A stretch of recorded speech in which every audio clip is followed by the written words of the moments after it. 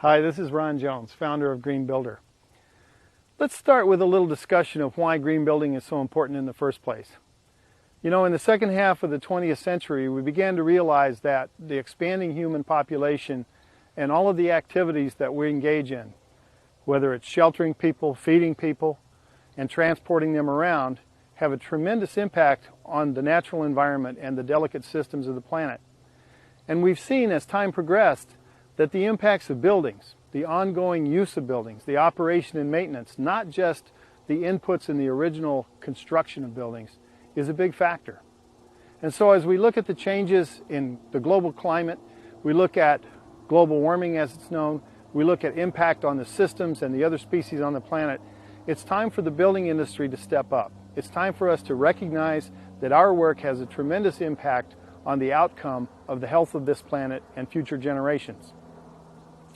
One of the things that concerns me the most is that we continue to have a burgeoning human population, and the demands that are put on our resources are gigantic, and they need to be managed in a proper way. Let me give you an example.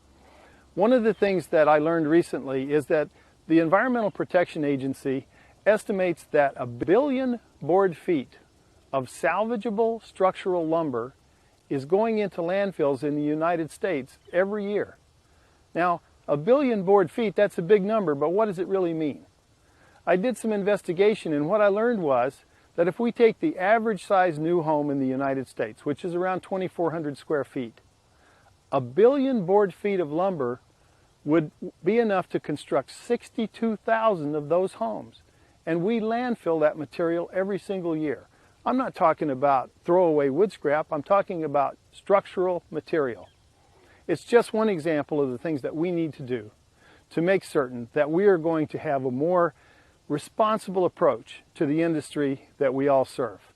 Sheltering people continues to be a very important job, and it's something that we can be proud of, but we're going to have to do it in a better way.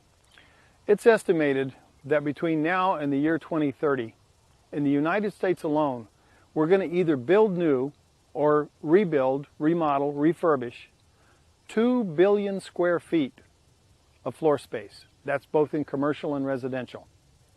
Now, if you think about the immensity of that number and you think about the resources that will go into that, that's a tremendous number.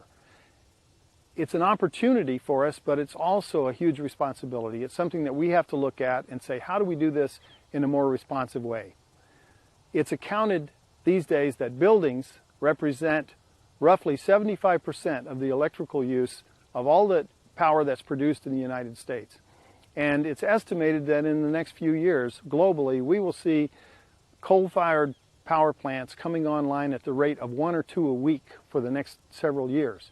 All of these have tremendous impact on the environment, and there are things that we have to do in order to increase the performance of the buildings that we have already and those that we're about to build. Government figures tell us that in the next 20 years, each year we'll build approximately 1.2 to 1.5 million new homes in the United States alone. Every one of those represents tremendous consumption and an ongoing use of resources.